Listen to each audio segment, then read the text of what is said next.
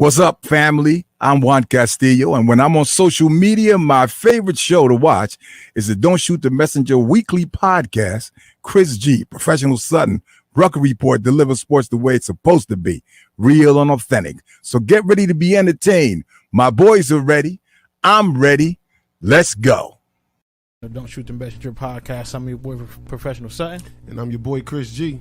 And it's your boy, the Rucker Report, a.k.a. Jerry. Ready? This is what the greatest thing about sports is. You play to win the game. Inch by inch, play by play, till we're finished. This is Don't Shoot the Messenger podcast. X about me, X about me. With Professional Sutton. You already know. Chris G. My homie. And the Rucker Report. My family, what up? They for real. All straight with no chaser. Let the games begin. Let's go. Don't Shoot the Messenger podcast.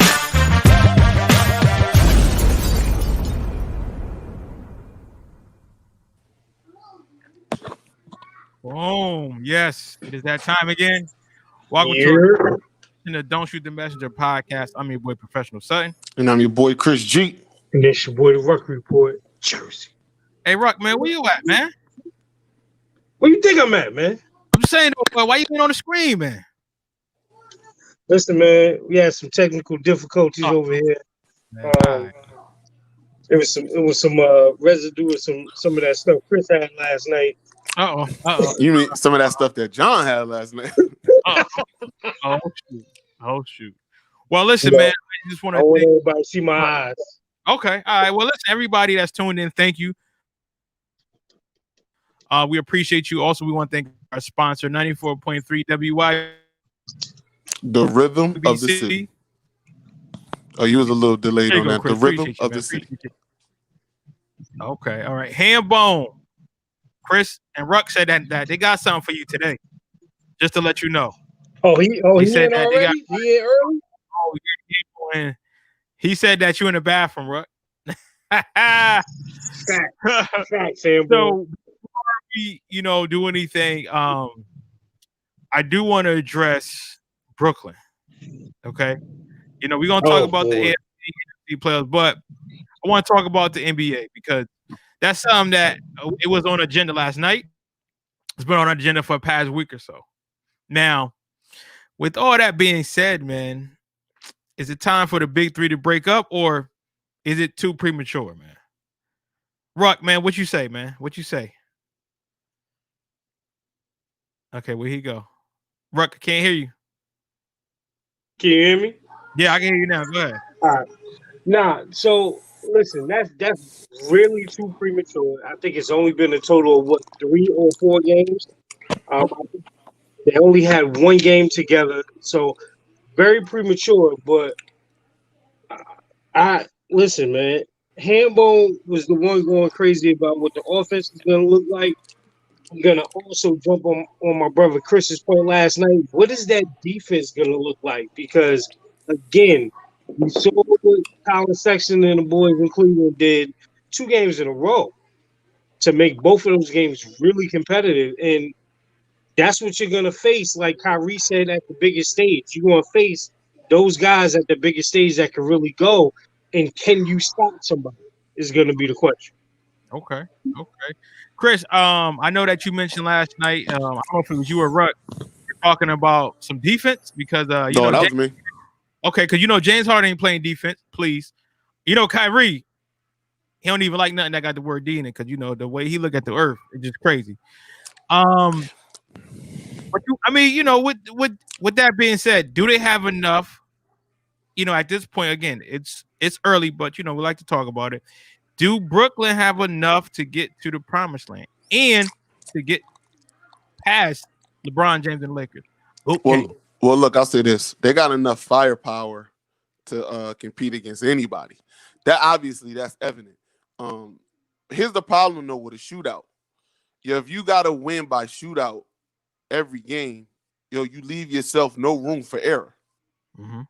No room. Because, if you look at the game that they had against Milwaukee before Kyrie got there, Milwaukee could have won that game. They coming down the stretch. They had 2 good looks, and they couldn't do anything. Mm-hmm. If you go back to the Cleveland game, I mean, listen, they were able to get back into the game being down big. I think they were down like 16-17 at one point, and they were able to get back in the game because they got the offensive capability. Listen, you can't argue Brooklyn's offensive firepower. That is undeniable. You know what I mean? The problem is Kyrie. I mean, first let me start with KD. KD, we saw KD play defense in Golden State, so I know he's capable. He hasn't been as of yet this year. Now, maybe that could be because of the Achilles injury and, playing defense is more reactionary. And, maybe he's just got to get his groove back into playing defense. I'm not worried about Kevin from a defensive standpoint. James Harden, I mean, we saw what he did in Houston for years. He takes plays off on defense. Kyrie is the most upsetting on defense, though. And I'll tell you why Kyrie's the most upsetting on defense. Kyrie, I don't think anybody would say that Kyrie can't play defense. He just refuses to play defense, which is even more infuriating. Like, I look at other guards in the league. Like, I take a point guard like Steph, for instance.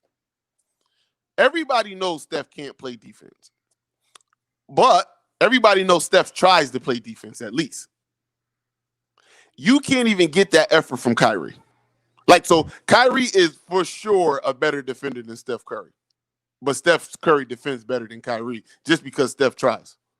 And Kyrie refuses to try.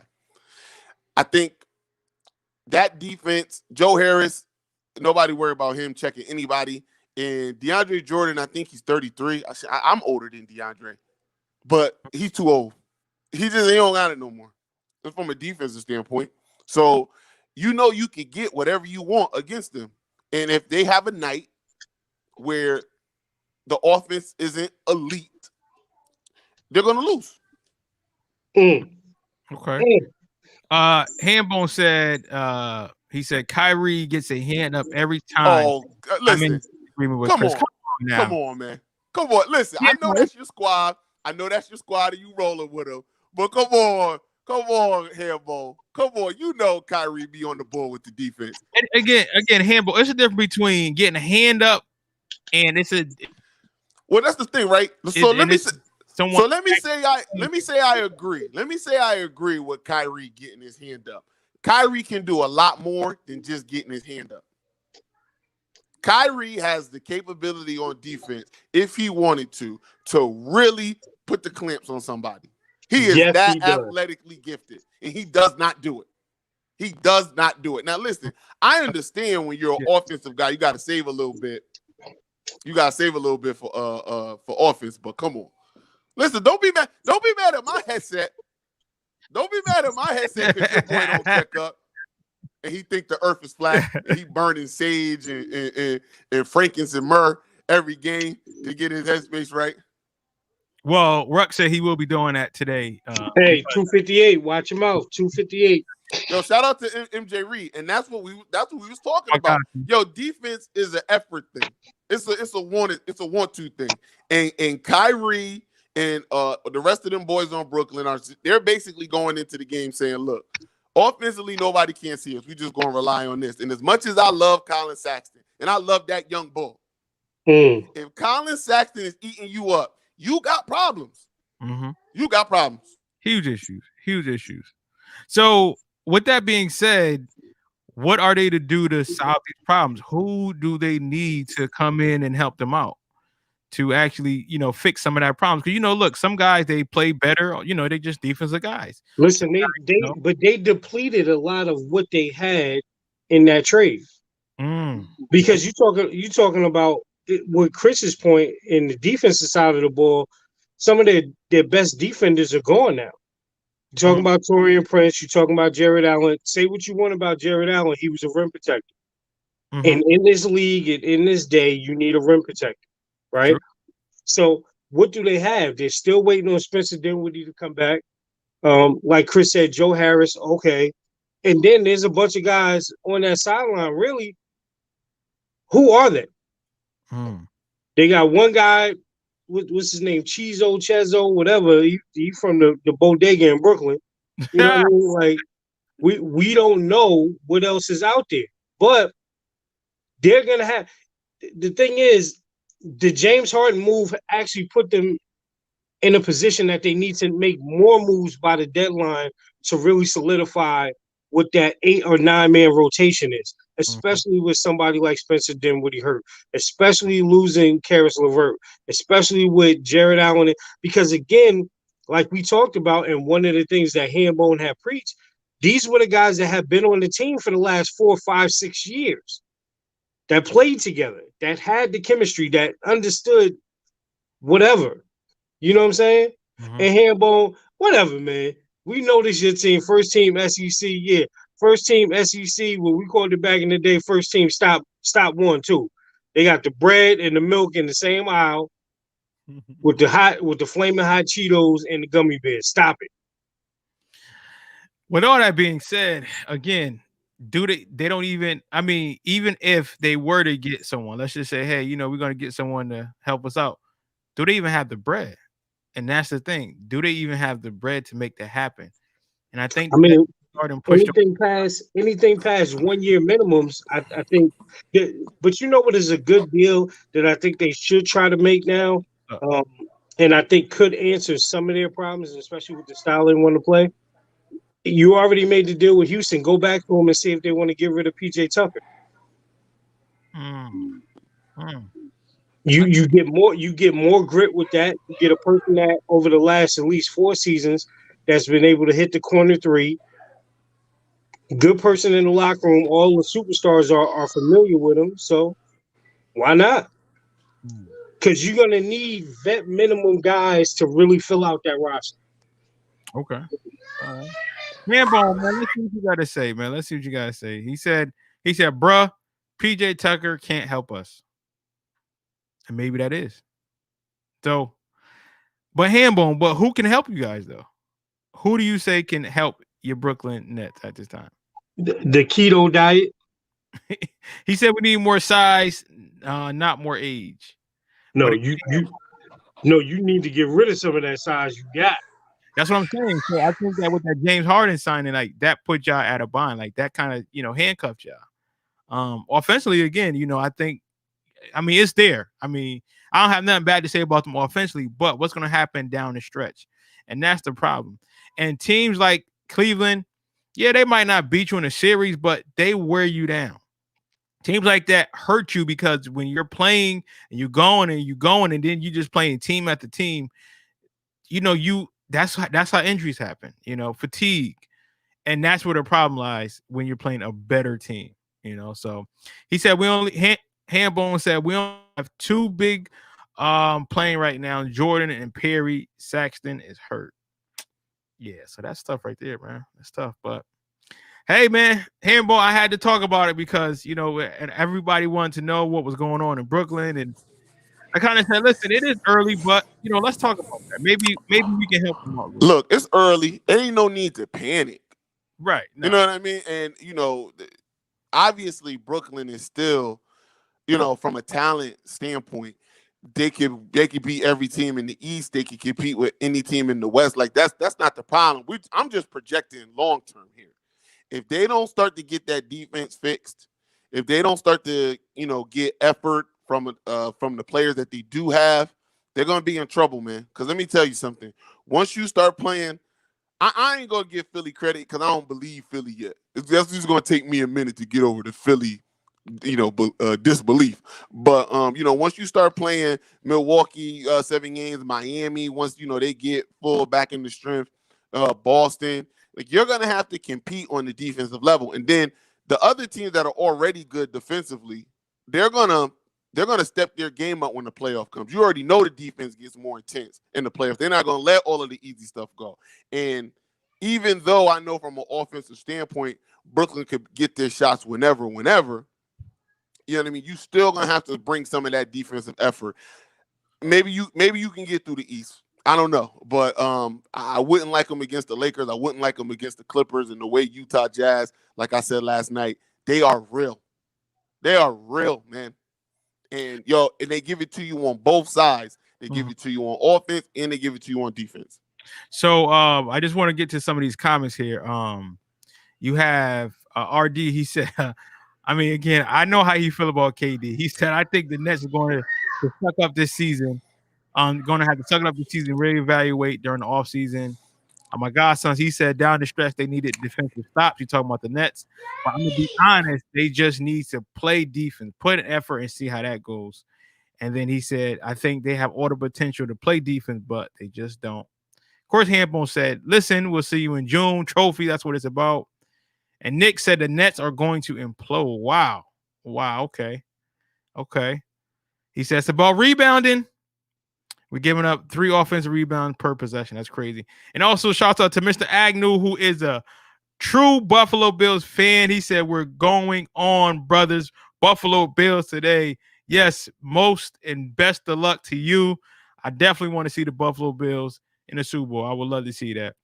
And Nick says Kyrie comes back, lose 2 games, and he gets burnt to a crisp on D. Of course. And Hambone said, we're going to beat the Clips by 15. Okay. And I understand why you're upset with the Bills. But we're going to turn it over to, we got the NFL Conference Championship games. It's some good ones. It's going to be a lot going on. And being that our brother Ruck is a diehard Green Bay Packers fan. Hey, Ruck, this is all you, man. Yeah, buddy. What we talking about, man? I mean, does Aaron Rodgers have enough to get it done? Or does Tom Brady say, not so fast, my friend? I'm the GOAT up in here. What you say, Ruck? Ruck, man, you got to get on camera for this, man. Get on camera, man. I don't care about the woes, man. Nah, man, we ain't messing with you. So listen, man, here it is, right? Here it is. It's in Green Bay, right? The last time that we had an NFC Championship game in Green Bay was against the Giants, right? Mm-hmm. Everybody remembers that. How Tom Coughlin was looking at the sideline with the face already. You know, it looked crazy, and they beat us in overtime. That was Brett's last game as a Packer. Game was that long ago? Hold on. You sure it wasn't when Hakeem came into the office and was talking about the football Giants in the Green Bay game with Mr. McDowell? I thought that was the last time that they it was against the Packers of Green Bay. Whoa, man. So this is the opportunity that Aaron Rodgers has been on tape. You've seen him on sidelines in NFC Championships games saying this. We need one of these at home. So we need that at home. And thanks, Hambone. I appreciate the hate. I think in terms of style, this benefits us not only being home, but I think the other benefit that was a shock to the team last week, and even me as a fan, was that there were fans in the stands, which adds more to the lore of the Frozen Tundra. Say what you will. I think Aaron is still hot right now. I think Devontae is proving what he's been all year as one of the best in the league. I think our defense, I won't go as far as to say that they are doing a great job, but they've been able to string up more stops consecutively than they have all year. And I think that we're a better team than we were when we played Tampa in Tampa. I think we needed that butt whooping early in the season in Tampa to get to this point. So I think, again, the fact that the road to the Super Bowl for us right now is going through Green Bay is an advantage. I think just like we talked about briefly last night, AB not playing in this game is a big thing to Tampa's offense right now, because even though he didn't play in that first game, what he has added to them and the draw that he's been able to take away from Mike Evans, meaning giving him mostly single coverage, is now not there. And again, some of the other offensive players are hurt. You're talking about Ronald Jones being hurt. He was the number 1 running back all year. Leonard Fournette has been playing well. If you got to rely so much on that to beat us in Green Bay, I'll take my chances with it. And Tom being Tom, I get that. But at the same time, I think this is a totally different party in the NFC, man. Because ain't nobody – for years, people have been scared of Tom and the Patriots. I don't think we scared of just Tom. Even with Gronk. Again, I'll say, and I said it. People used to be scared of Tom and the Patriots. It's just Tom and his homeboy that had some of that John Jones last night. Oh, see, now you're being disrespectful, man. Now you're being disrespectful. I feel good about our chances. Chris, what do you say, man? What do you say? Well, look, it's going to be it should be, honestly, if I'm going to be honest here, the Green Bay should have, they're far and away better than Tampa Bay.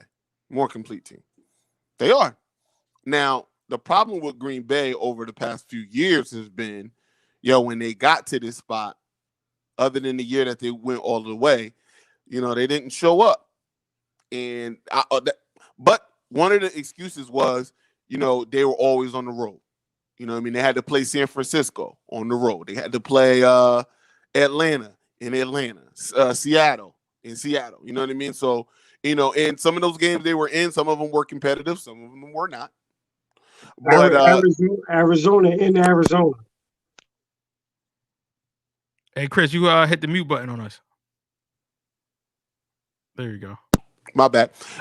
Arizona in Arizona, like Ruck said. So, there've been some excuses, and now you finally get your dream scenario. They got to come down to the frozen tundra, and you know what I mean. They got to make it happen. So they should be far and away better. Tampa Bay, other than Tom, I don't trust none of them boys in a cold weather game. Ain't it supposed to be snowing in Green Bay today? Man, it's cold as we speak. You know what I mean? It's cold in CT right now. So I mean, it's supposed to be snowing in Green Bay and Kansas City. And Kansas City, right? I thought Kansas City's supposed to be a little more freezing rain. But look, Green Bay is built for this. I've seen them in snow games, wet games. They're just built to play and still be a fast, high-paced offense in any weather. I can't say the same about Tampa Bay. Mm-hmm. So we'll see. And I saw Tampa Bay struggle with Washington. I saw what was that dude name? Drinking a Heineken.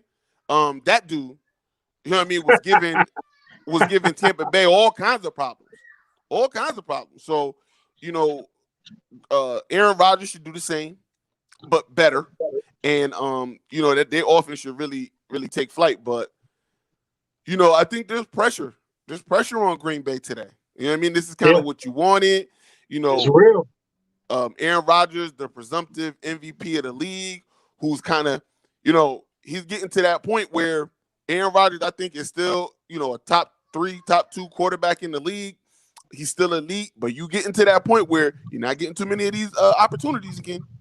Like, you know what? Next year, who knows? So I think he needs to take hold and get to another Super Bowl. I think it's important for Aaron Rodgers to not only get to another Super Bowl, but win another Super Bowl. Yes. The GOAT conversation, I think Tom Brady probably got a firm hold on that. But if Aaron Rodgers can string a couple more of them things together, we can start having a conversation again. Because don't nobody think Tom Brady is nobody think he's the most talented quarterback they ever seen. They just, longevity, clutchness, Super Bowl appearances, Super Bowl wins. He checks a lot of the boxes. Aaron Rodgers, though, falls in that category of, that's the most talented quarterback I ever seen. If he can string a couple more of them Super Bowl dubs, get a couple, that's a big ask. But if he can get 3, we can have a conversation. Mm-hmm. We can have a conversation. Right. The other thing I wanted to say real quick, too, is that if you really look down and break down what Tampa Bay has been able to do, even with all the pundits saying that Brady is finally brought into Arians' system, they're on the same page. Like Chris said, they struggled with Washington, and we're not talking just defensively, but offensively, they didn't put together a big showing. Right? Say what you want about what they just did last week in New Orleans. I think that was more Drew Brees' ineptitude to perform than their, game plan to shut him down to do this and Tom being special. I think it was Drew being absolutely horrible. And they were still in the game. So we'll see what it is. I know that the momentum is there for them too, but just like Chris pointed, the pressure is on us to perform more at home. But I think that pressure can set in for Tampa Bay too, because this is Tom's first year in Tampa. The pressure of him potentially going to a Super Bowl with Tampa. The Super Bowl itself is being played in Tampa. So I think it's pressure that cuts both ways. But I think, and I think we're offensively better than what they have seen the last 2 weeks in their competition. Okay. Well, I just want to say this, man. You have to remember that all the pressure is on Aaron Rodgers right now. Playing at home, playing in his last hurrah, going against Tom Brady. These are all the things that Aaron Rodgers wanted. These are all the things that people say Aaron Rodgers can thrive on. These are all of the things that Aaron Rodgers need to be in that conversation. Now, we're going to find out how much talented Aaron Rodgers is than Tom Brady. We're going to find out the leadership of Aaron Rodgers today. What is that going to look like? Because we can talk about Drew Brees. Because even coming into that game, I think people kind of wrote Tom off. And, Tom Brady, he's good, but he didn't have to face no one like, Drew Brees. They had already lost him. So it's a lot of factors going into this game. The one thing that I will say is, I know Tom Brady is my GOAT. Y'all already know that. But one thing I will say is that Green Bay's defense has gotten better over the last 4 weeks. And that's one thing that I would say that gives Green Bay the edge. Now, people talk about, they didn't do much against, Washington. They didn't do much against the Saints. But guess what? They got it done. And that's what you have to do. They got it done. You can say the same thing for Kansas City. Do you remember when Kansas City went on a crazy run, division championship, conference champ, and they just found a way to get it together? It don't matter how you do it. It's you doing it. So I feel this game's going to be close. And I think that Green Bay will be able to pull it off. Even with all that said, I think that Green Bay will be able to pull it off today. And that's just how I feel. Nick, we got our lovely esteemed guest. He's in the same conference as the Packers, a longtime Vikings fan. He don't have his Vikings apparel on. Maybe he got rid of it.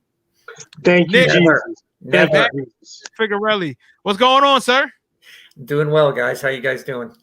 We are doing excellent. We are talking about the conference championship games. Right now, we're talking about, can Tom Brady go into Lambeau and defeat the great Aaron Rodgers?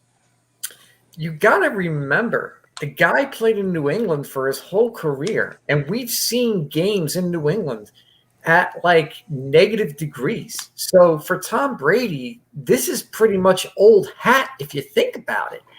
And you also got to remember, week 6, when these two teams played each other, Aaron Rodgers had the worst game of the season against Tampa Bay.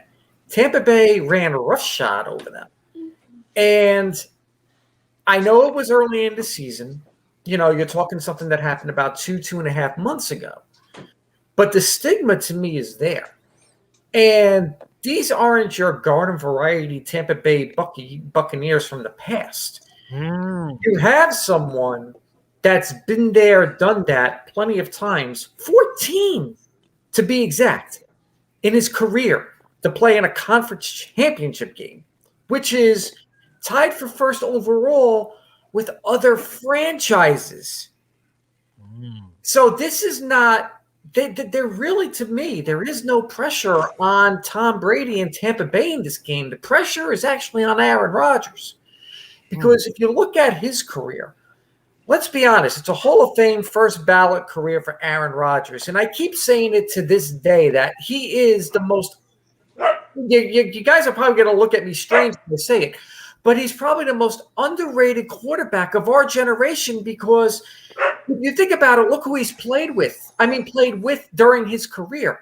He's played with Peyton Manning. He's played with Tom Brady. He's played with Drew Brees. He's played with, the now retired Phillip Rivers. He's now played with Ben Roethlisberger. You know, guys that really do get more pub overall than Aaron Rodgers. But also in his career, Aaron Rodgers has been, correct me if I'm wrong, he's only been to, I believe, 1 or 2 Super Bowls, not many conference championships as much as the other players have been. You know, the pressure really to me is on Aaron Rodgers for this game. Now, last week, you know, played well, played solid, wasn't spectacular, and it was a game he was expected to win. Whereas, you know, Tom Breeze going into New Orleans, going into the Dungeons Den. Granted, they didn't have fans there, but pretty much outplayed Drew Brees the whole game. Mm-hmm. And we've seen it time and time again. Ruck, I love you, man. I really do. I just don't like the situation here. I feel Tom Brady is going to go into Green Bay, strap his helmet on, come out firing, and sorry to say it, my friend, Tampa Bay is going to upset Green Bay in the NFC Championship game tonight. Ruck, I love it. And I love it. And before he goes any further, I'm not saying it as a Vikings fan. No, listen, I love it. So here's my rebuttal, right? If there is pressure, if there is true pressure, we could take the easy way out and say it's on Aaron Rodgers. We could say the secondary thought is that it's on Tom Brady, you know, and how he can continue to cement his legacy is probably the GOAT. The pressure right now really is on Matt LaFleur. It ain't Aaron Rodgers. It's on Matt LaFleur going back to an NFC Championship in his second year and not being out-coached and outperformed like he was by his brother and Kyle Shanahan last year, right? I think, again, and we can say it was almost 2 months ago, and what Todd Bowles did in that scheme and blitzing Aaron Rodgers, I'll say this. Even with Bakhtiari out, the line has played a little bit better. And I dare you to do it again. And you say he outdueled Drew Brees. Even if you looked at the numbers, there wasn't much to outduel. If Drew Brees is turning the ball over like he was last week and giving you the ball on the 20, what are you outdueling? It's not like you're stringing drives together to push the offense down the field. And again, remember, New Orleans was up, I believe, and Chris, correct me if I'm wrong, New Orleans was up. They were up at least 3 scores in that game. So, again, yeah, it's going to be great, but this is unfamiliar territory for Tom because Tom has not been in the NFC. Say what you want about the AFC, but again, like I said earlier to Quet, this isn't Tom Brady in the Patriots. This is Tom Brady in the Tampa Bay Buccaneers. It's a difference. I like your point. That is true. You know, when you talk about it's Tom Brady, not the Buccaneers. But again, Tom Brady, in order to win Super Bowls, you got to play the NFC teams. You have to play the best NFC teams. So I get your point. Again, I don't think that matters. I don't think that matters because he still had to go through NFC teams to get to where he's at now. All right, hold on. This is what we're not going to do. This is what we're not going to do. I'm just saying. So listen, I held it in. I held it in. I wasn't saying nothing. I was letting y'all live, and then you're gonna start with this bullshit. Here's the thing. Yeah, he might have beat the best NFC team, but he had to go through a weak ass conference to get there most of the time. A lot of the times, Peyton Manning was already out of his way. I do want to remind people that in AFC Championship. Hold on. I want to remind people in AFC Championship games who has the winning record against who when Peyton is playing your boy Tom Brady. It's Peyton Manning. It's Peyton Manning. Chris, what? Can I say one thing before you go in? Go ahead. Because when Quet just said he's beat the best in the NFC. If you think about it, the best teams in the NFC, he didn't beat because he lost to the Giants twice. Well, you know, there's that too. There's definitely that too. But what I would argue is the reason why this is different, and we'll see if he wins. He answered a lot of questions. First, I want to say about the Drew Brees point. Tom Brady had like 134 yards. If that's out dueling, God bless you. Okay, because it wasn't the quarterbacks, I can tell you that made that game go. So Tom Brady has reverted back to what he originally was, which is a dude that can manage a really good team and not lose it for you. And that's what he did against Tampa Bay. Now, going against Green Bay in the NFC, the thing that has separated, or the critique I had on Tom Brady was, can you go through the murderer's row of the NFC? Now, he did get a light game in Washington. I mean, the NFC East produced that dumpster fire. So he didn't have to go through all murderer's row. And Drew Brees was compromised with his punctured lung or collapsed lung and 6 fractured ribs and torn shoulder ligaments or whatever the case may be. And that still was a game. But now we're going to see. You're going to go against Aaron Rodgers, and you would have went through the NFC gauntlet. Let's see where you at after. Okay. Let's see where you at after. So now it's my turn. Go ahead. Now it's my turn because Chris, I respect you. The gospel. That's all. I respect you 100%. But I got to say this. When Tom Brady faced Drew Brees, you were talking about two quarterbacks that are like 42 and 43 years respectively. Now, Brady, I said he outdueled Brees, and he did. He only had 200 yards and 2 touchdowns, but he didn't, Brees, his arm, let's face it, was like a wet noodle for pretty much the whole game, in which he couldn't throw past 10 yards without laboring. We saw that. The only touchdown that they got was on a trick play using Jameis Winston.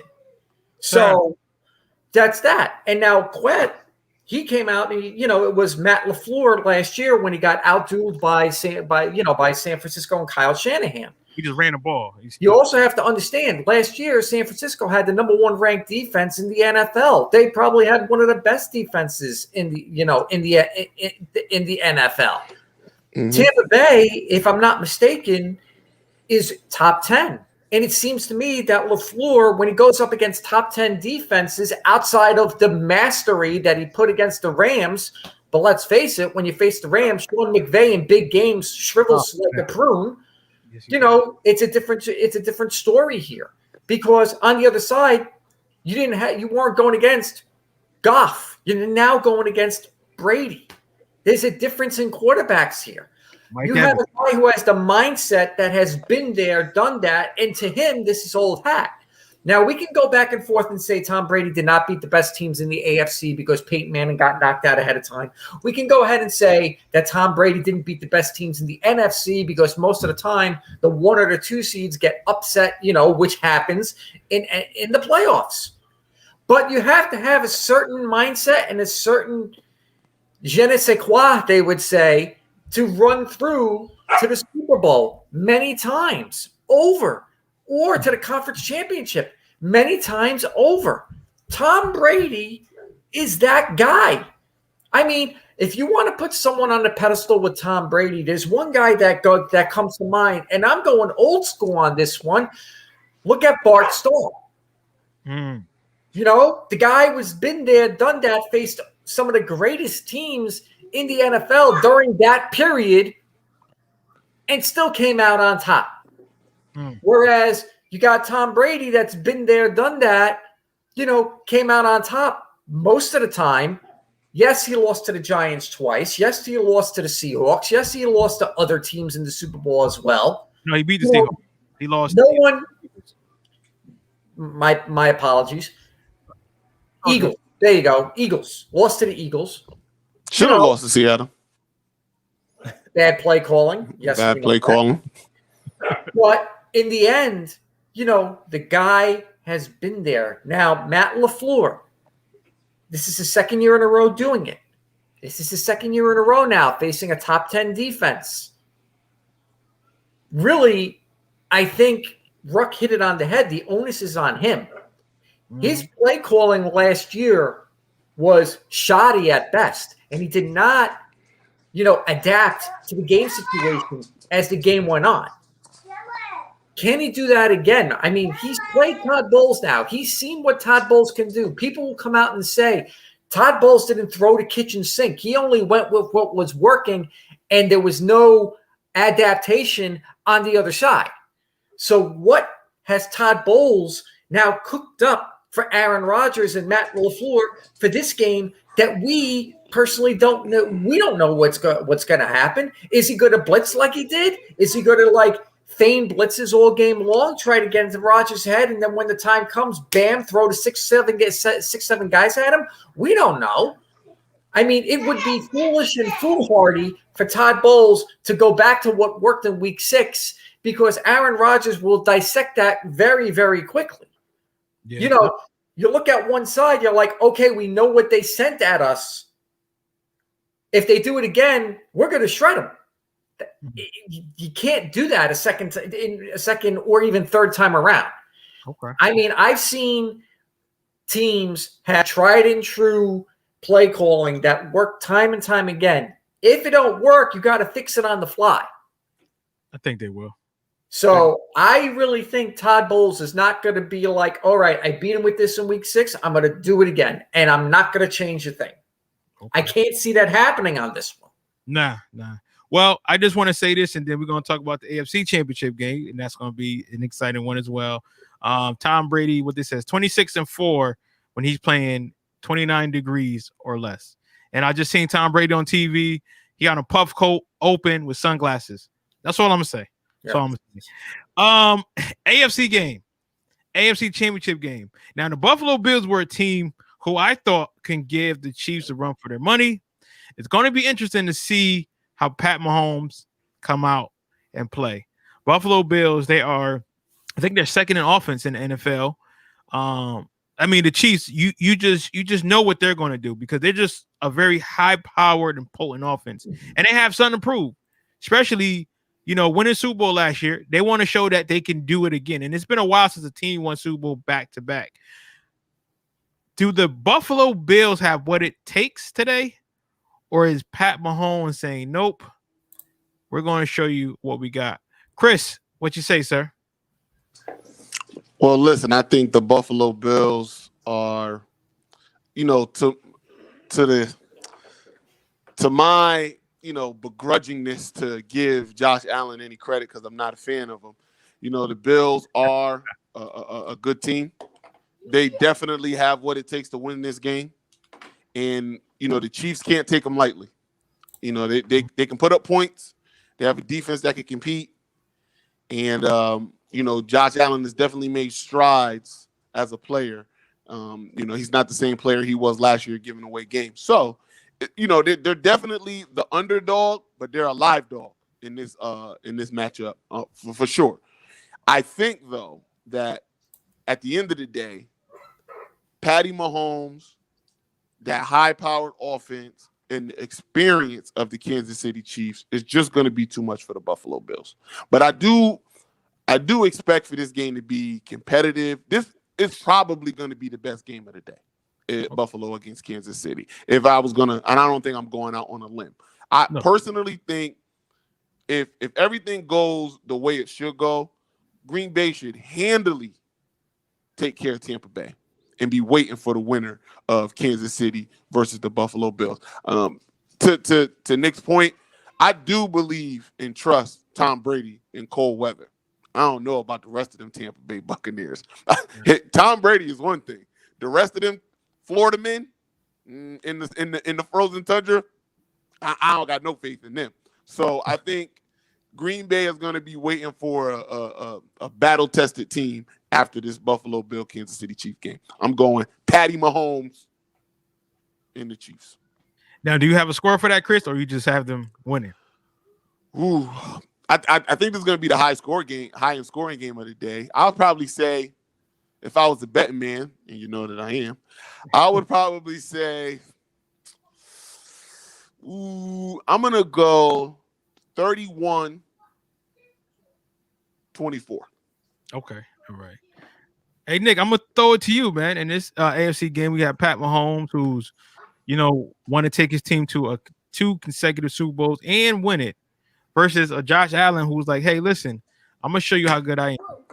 What do you say? Look at the color I'm wearing. There's a reason why I'm wearing this Get color. that Bills Mafia stuff out of here. Get it out of here.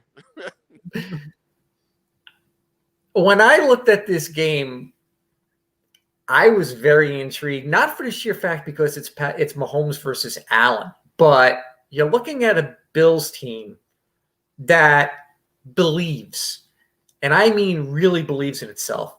Believes. Okay. McDermott has done such a great job coaching up this squad. It's not even funny. And it reminds me a little bit of the Marv Levy team on defense where you went bend but don't break. And we've seen that with Buffalo plenty of times. They bend, but they never break in the end. Mm-hmm. I remember earlier in the year, they got punched in the mouth twice and they lost a couple of games. And it looked like the real wheels were going to fall off really quickly. And it didn't. They just ran roughshod on the AFC.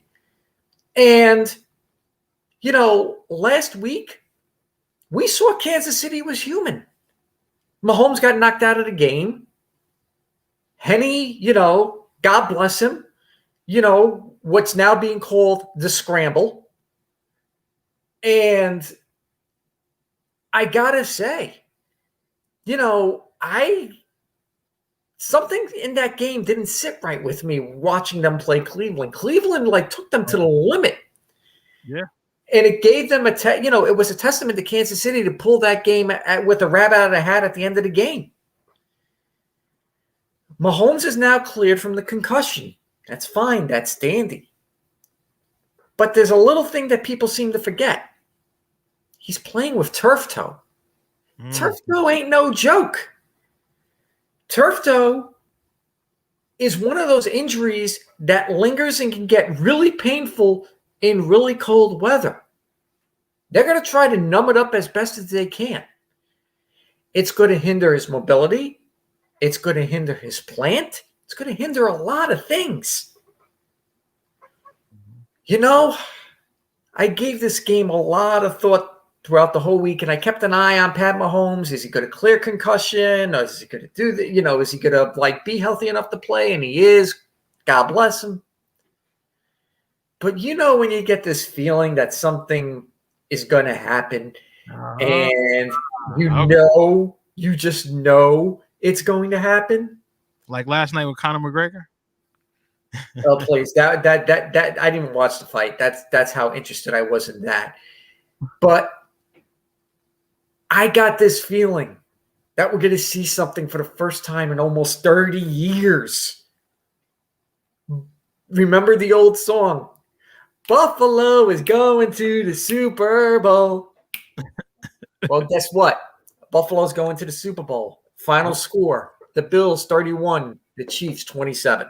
Oh shoot, Ruck, man! We got to get you up here. What's your and why you not back on the screen, man? Ruck, what do you got? AFC Championship game. AFC Championship game. So I'm not gonna go ahead and just regurgitate all the information that we just talked about because Chris and Nick brought up some very good points. And like my man Chris Berman says, nobody circles the wagons like the Buffalo Bills. Right?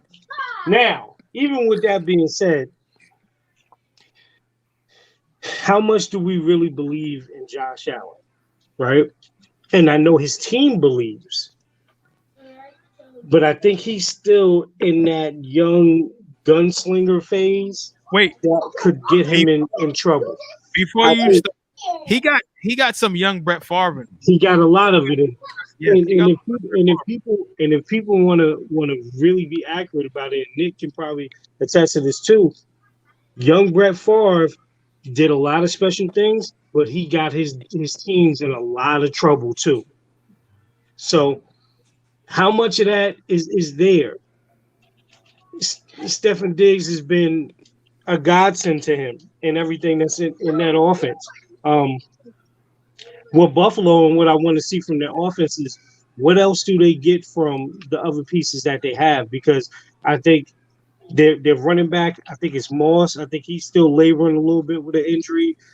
Of course, Cole Beasley took a big hit in one of those games last week.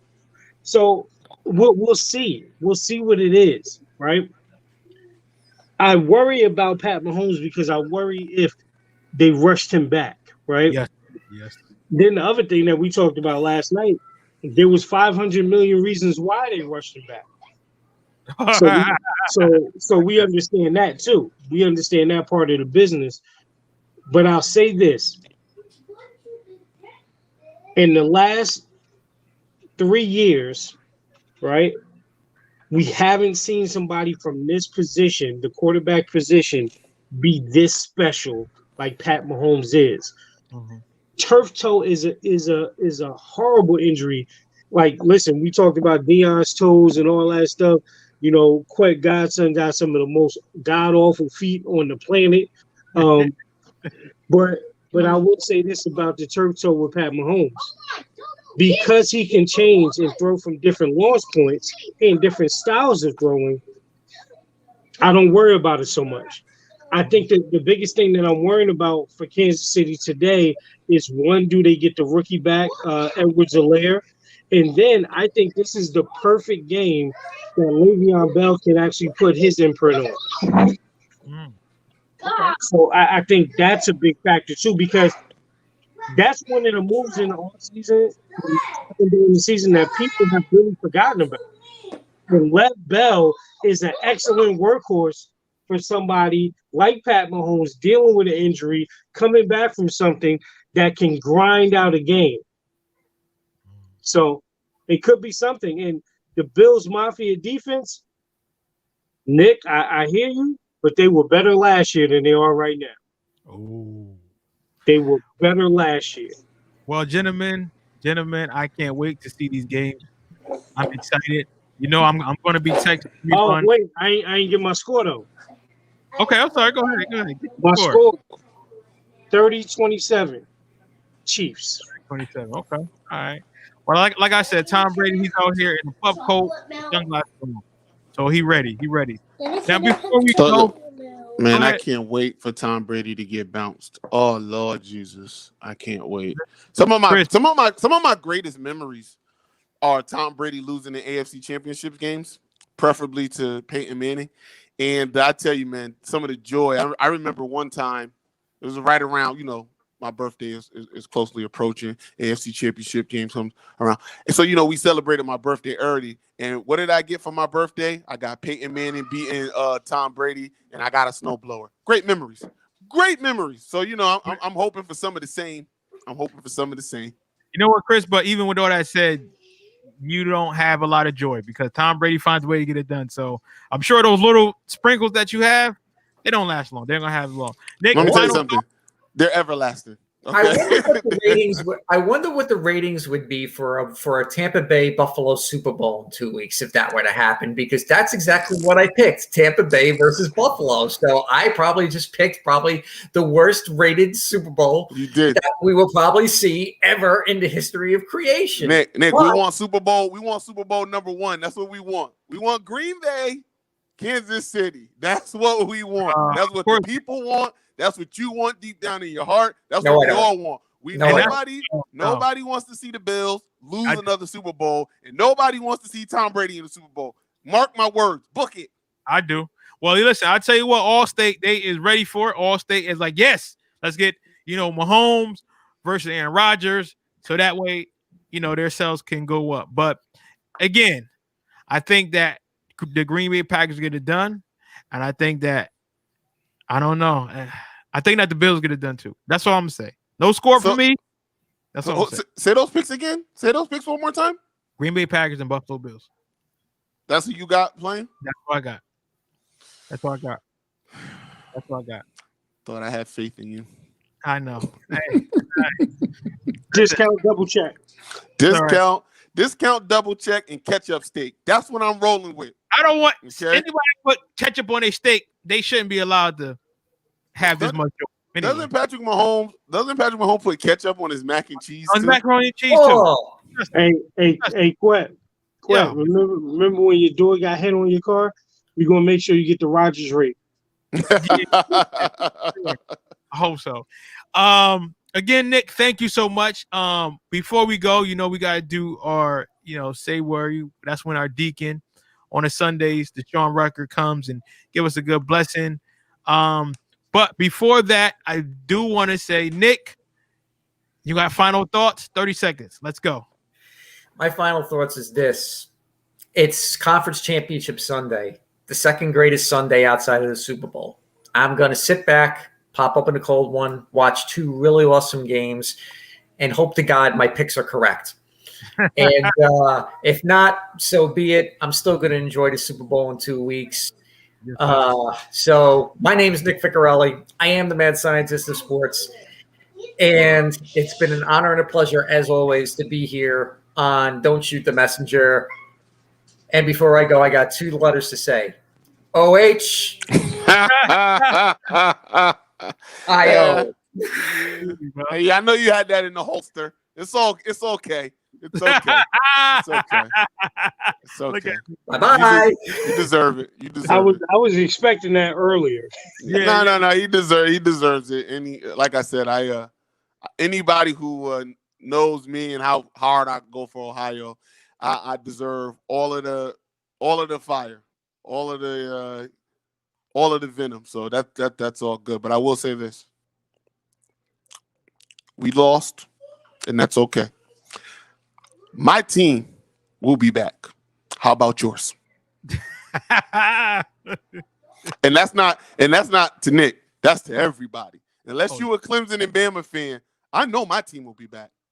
How about yours? We'll get there. My games will get there. So, Ruck, man, final thoughts, man. We love the Say Word edition of Don't Shoot the Messenger podcast. What you got for us today, good brother? So listen, people, again, I've been on this kick, man, just really trying to figure out what the next step is, what the next move is. I am completely, and my brothers will tell you, burnt out from COVID. I've been looking for a vacation and ready to risk it all to get some peace. But it ain't coming. It ain't coming. No, I didn't say that. Don't even do that on Sunday. We're not gonna do that. Piece of what? Now go ahead. Peace of mind. Because who want to mess with Hollywood Code? That's all I'm gonna say. But anyway, in this week's version of Say Word, man, I just want to stay with the self-motivation theme, man, because I think that's where we need to be and understanding the moment. So the quote for this week is this, people: the victory in failure is the work ethic that it produces. The victory in failure is the work ethic that it produces. There are lessons and losses, people. We got to embrace that and get to work and not be as scared of the work that's going to come with it. Like, Chris Guy and my guy too, Dame says you can't run from the grind. So we got to be ready to put the work in if we want our true dreams and rewards to come through. We building legacy, people. Stay committed to the journey. Stay committed to it. And like I say all the time, think big, but most importantly, people, just be easy. Yes, sir. Yes, sir. Listen, man, Dame my guy too. I don't know how I get left out of that, man. I like Dame because you wasn't with Dame. Yeah, you wasn't with the shooting in the gym. You wasn't with the shooting in the gym. Basketball jersey, you was not shooting in the gym with Dame. Stop that.